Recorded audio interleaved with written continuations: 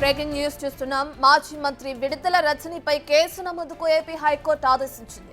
రజనీతో పాటు ఆమె పిఎలు Ramakrishna, Phani, CI సూర్యనారాయణపై case నమోదు చేయాలని ఆదేశించింది. 2 వారాల్లోగా కేసు నమోదు చేసి వివరాలు ఇవ్వాలని పల్నాడు పోలీసులకు తెలిపింది. తనను చిత్రహింసలు పెట్టారని బాధితుడు ఫిర్యాదు మేరకు విచారణ జరిపిన న్యాయస్థానం అరెస్టు చేయాలని ఆదేశించింది.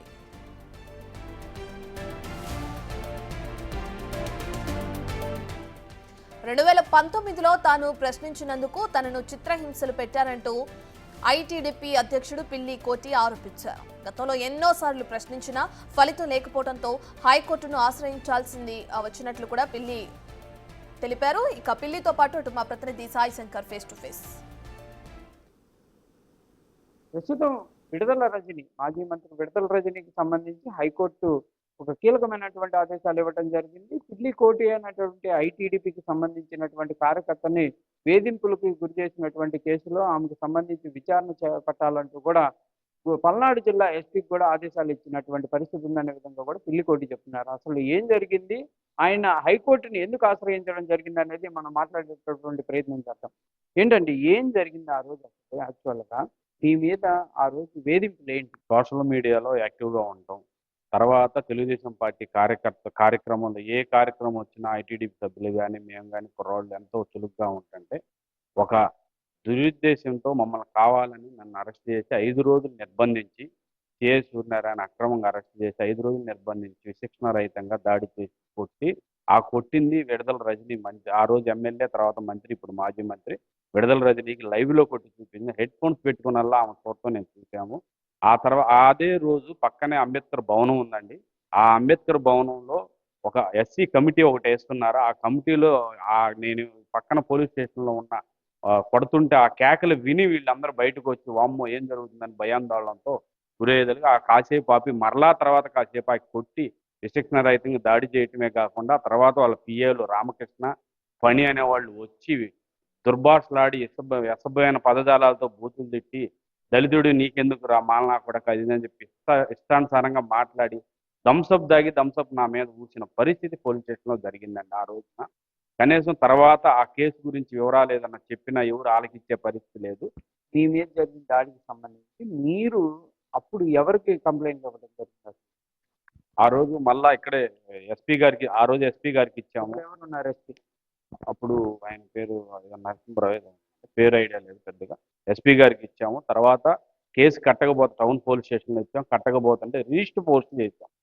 ప్రతిదీ హోమ్ మినిస్టర్ గారికి, ఆ రోజు ఎస్సీ కమిషనర్కి, హ్యూమన్ రైట్స్కి అన్నిటికీ రిజిస్టర్ పోస్ట్ చేసినా స్పందించింది లేదు. ఇంకా ఆ తర్వాత హైకోర్టుకి వెళ్ళినా ఏదైనా ప్రయోజనం లేదని ఇంకా భయం.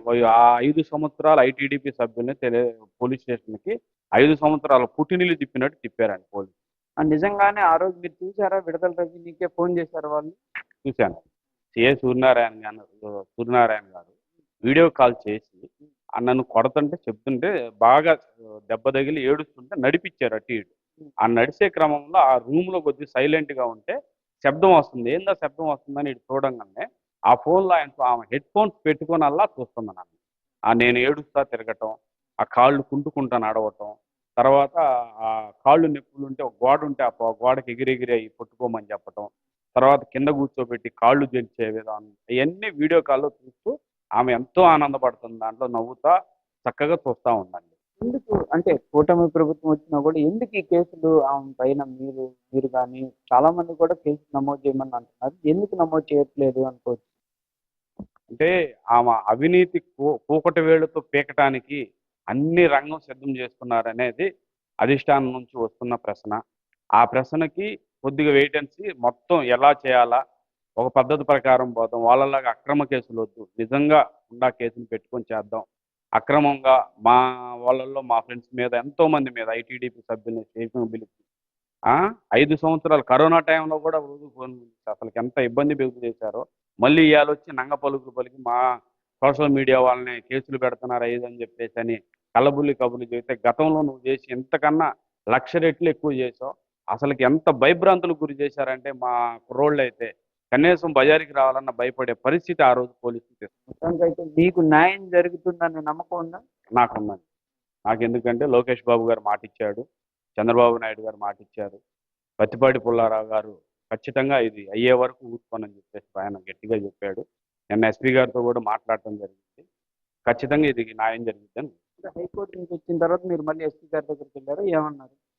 అది హైకోర్టు దగ్గర నుంచి వచ్చినాక మళ్ళీ హైకోర్టు కాగితాలు, నేను వేసిన పిటిషను, అంతకుముందు ఇచ్చిన కంప్లైంట్, వాళ్ళు ఇచ్చిన రిజెక్ట్ కాపీ మొత్తం తీసుకొని ఆ రోజు మొత్తం ఏమైతే తీసుకున్నానో అవి మొత్తం మళ్ళీ సబ్మిట్ చేసి దీన్ని తక్షణమే కేసు కట్టండి, లేదంటే ఈ న్యాయ పోరాటానికి ఎంతవరకు సుప్రీంకోర్టుకి వెళ్ళడానికైనా నేను వెనకాడనని చెప్పేసి ఎస్పీ గారితో మాట్లాడి రావడం జరిగింది. ప్రస్తుతానికైతే కూటమి ప్రభుత్వం వచ్చినా కూడా పోలీస్ స్టేషన్లో కంప్లైంట్ రైజ్ చేస్తున్నా కూడా అది ముందుకు వెళ్ళినటువంటి ప్రయత్నం లేదు కాబట్టి తాను హైకోర్టును ఆశ్రయించినట్టు కూడా చెప్తున్నాడు. హైకోర్టులో కంపల్సరిగా తనకు న్యాయం జరుగుతుందంటూ ఆశాభావం వ్యక్తం చేస్తున్నారు. లేని నేపథ్యంలో కంపల్సరిగా ఈ కేసుకు సంబంధించి సుప్రీంకోర్టుకైనా వెళ్తాను, న్యాయం జరిగేటటువంటి వరకు పోరాటం అయితే చేస్తాననే విధంగా చెప్తున్నారు. కంపల్సరిగా విడుదల రజని, ఆ రోజు ఉన్నటువంటి సిఏ సూర్యనారాయణ, అదేవిధంగా విడుదల రజనీకి సంబంధించినటువంటి పిఏలు ఇద్దరి పైన కూడా కంపల్సరిగా కేసు నమోదు చేయాలి, వారిపైన కూడా కఠినమైనటువంటి చర్యలు తీసుకోవాలనేది పిల్లికోటి ఒక డిమాండ్గా కనిపిస్తుంది.